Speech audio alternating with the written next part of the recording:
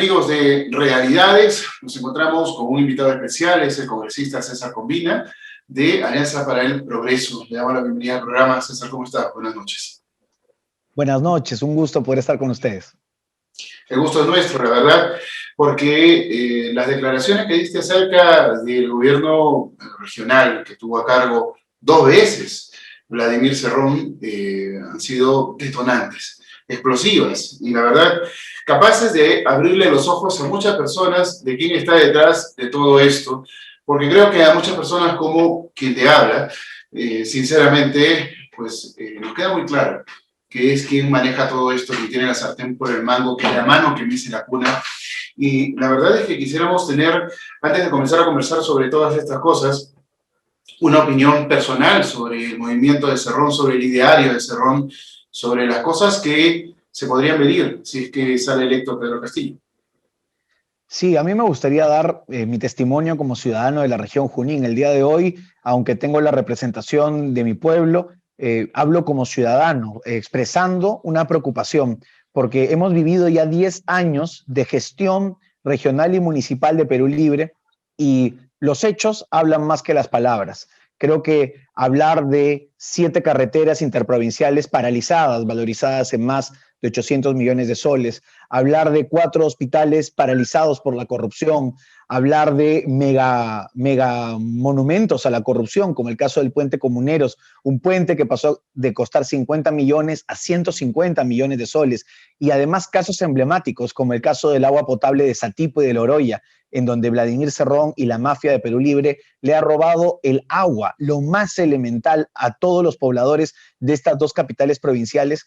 Nos hace decir, y a mí personalmente me hace señalar que, de acuerdo a lo que he vivido, puedo considerar a Perú Libre como una organización criminal, una organización que no nace para hacer política, no es un partido político, es una organización que nace para delinquir, para robar, para estatizar, para meter a toda la gente de su partido al Estado, inclusive votando arbitrariamente, despidiendo arbitrariamente a gente muy valiosa, gente de sindicatos, gente nombrada en cargos, especialistas como médicos, como abogados, han sido discriminados simplemente por no profesar la misma ideología que Vladimir Cerrón. Esto no tiene nombre y creo que el Perú ya se ha dado cuenta de lo que son 10 años de gobierno en Junín de Perú Libre y espero que esto no suceda a nivel nacional porque no le deseo lo que hemos vivido a nadie.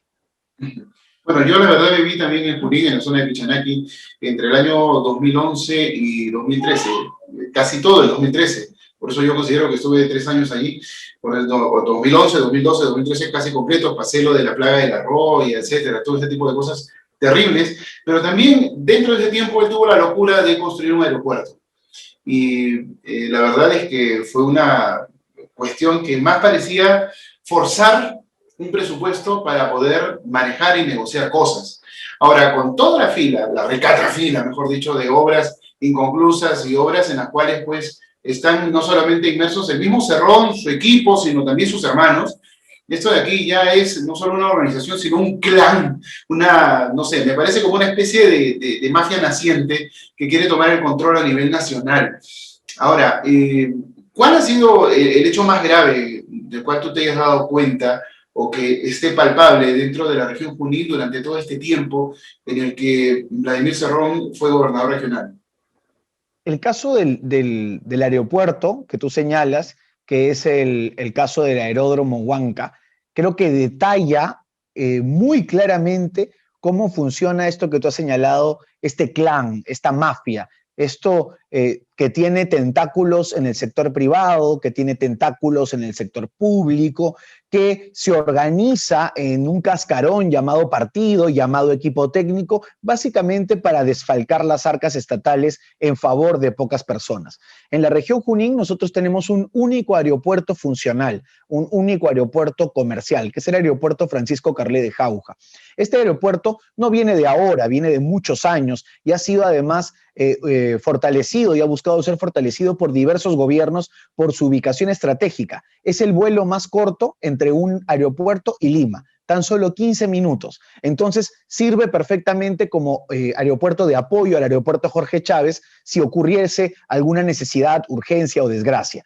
En ese sentido, el señor Vladimir Cerrón ingresa en el año 2010 y luego de negociar con algunos grupos empresariales vinculados a la familia Quispe Palomino y de recibir el lobby económico del señor Julián Palacín, que hoy además es la cabeza del capítulo económico de infraestructura de Pedro Castillo, lo que hace es hacer la propuesta de un aeródromo, de un pequeño aeropuerto privado, a 15 minutos del aeropuerto de Jauja. Entonces uno no entendía, y la población de Junín no entendía, cómo teniendo un aeropuerto que además se le iba a invertir 200 millones de soles después de una gran lucha para fortalecerlo y hacerlo crecer, en 15 minutos a unos distritos al costado querían poner un aeródromo privado, pero que además de ser privado, toda su plata, toda la plata iba a venir del gobierno regional. Entonces, ¿cómo es posible que tú construyas como gobierno regional un colegio para que luego lo administre un privado, ¿no? Por ejemplo.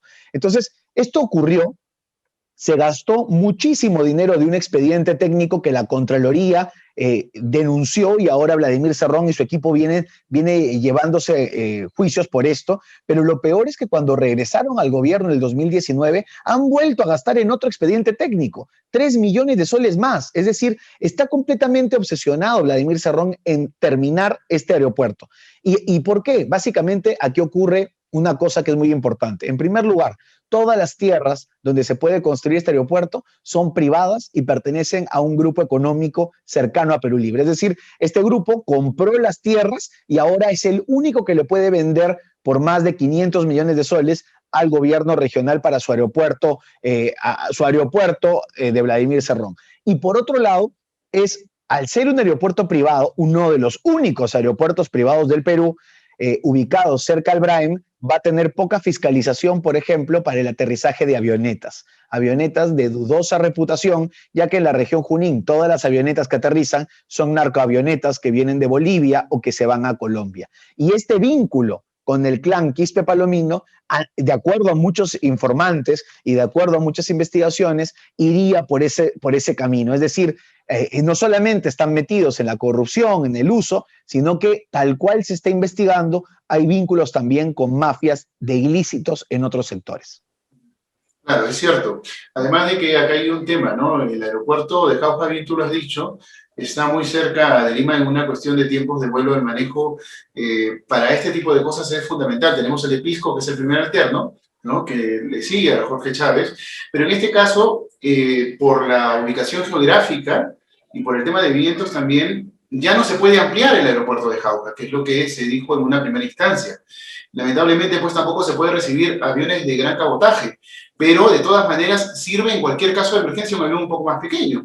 Sin embargo, este aeropuerto que tú dices más parece construido por dos cosas, por un tema de corrupción y otra vez también por un tema de narcotráfico.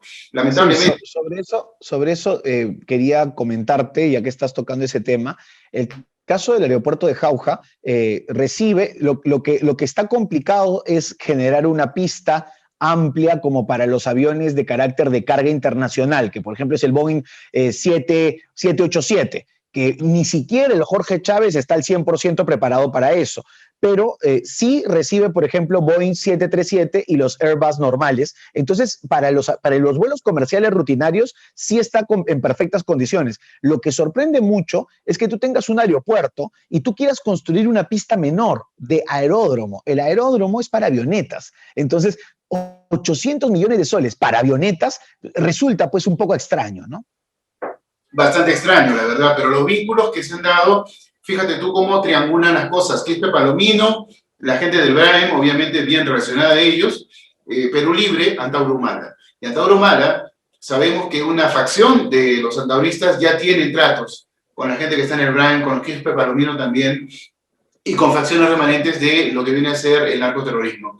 Por lo tanto, aquí, con un uso simple de lo que viene a ser el sentido común, nos damos cuenta de que hay una red que ya está armada y no es reciente.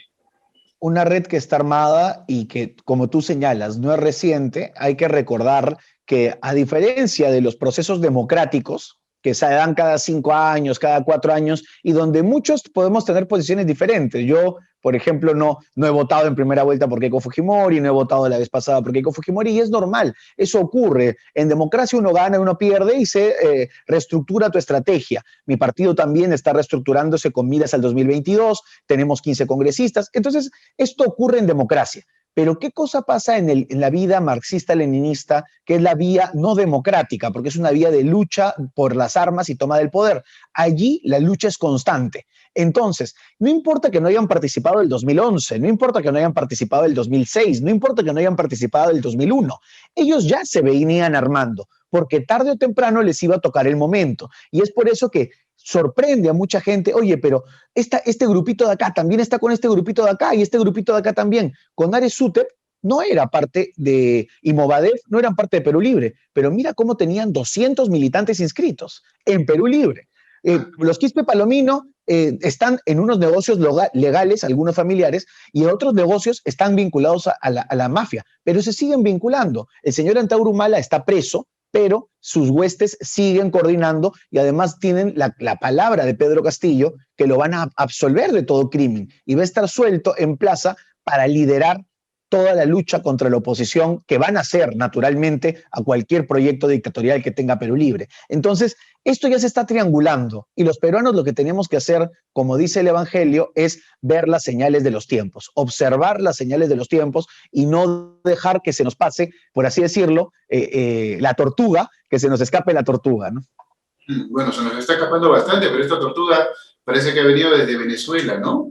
Bastantes vínculos triangulados también en el extranjero, a través de un candidato absolutamente desconocido y popular que fue Vladimir Cerrón, ¿no? Porque recuerda que él ya tiene un intento de querer ser presidente, etcétera, y lamentablemente nadie iba a votar por él, digo, lamentablemente para sus intereses, y encontró... Lamentablemente para él. Para pero encontró, pues, yo lo voy a decir de esta manera porque es como me parece, es a título personal, no extiendo mi parecer a un tonto útil como Castillo, que, bueno, también tiene ideas radicales y que también cree que puede hacer un cambio a pesar de no tener ni la preparación para poder manejar siquiera un ministerio.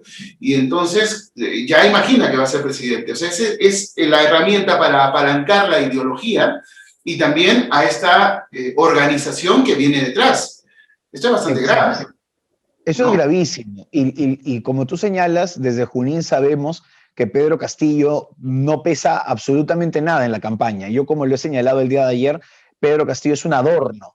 La situación es que el primer candidato era Vladimir Cerrón, luego lo sentenciaron, lo metieron preso y luego se anunció como segundo candidato a Gregorio Santos, que se inscribió a Perú Libre, que es dirigente actual de Perú Libre, pero también lo sentenciaron a 19 años de prisión por corrupción. Entonces se quedaron acéfalos y en esta desgracia hubo una invitación precisa a un candidato, a un gobernador regional, a Walter Adubiri de Puno, que también terminó vacado y sentenciado. Entonces, parece que las tres cabezas, no, tanto del norte, del centro y del sur, no les ligaron, estuvieron salados y tuvieron que acogerse de un títere a última hora. El señor Pedro Castillo llega un mes antes de la inscripción de la lista de candidatos a Perú Libre.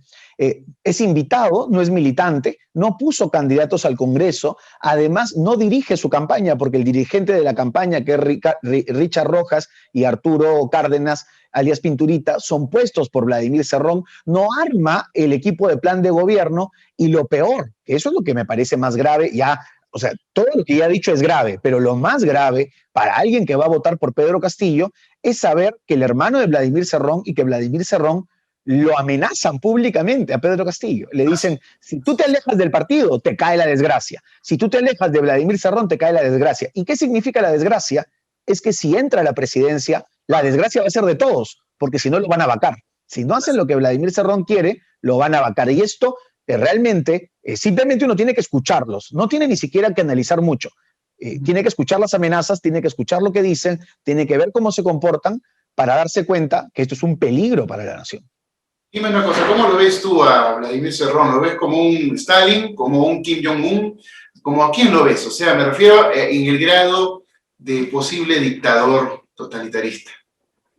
Bueno, a mí no me cabe duda que el gran Vladimir Cerrón se acuesta todas las noches dándole un beso al póster de Fidel Castro y de Che Guevara. De hecho, los adora.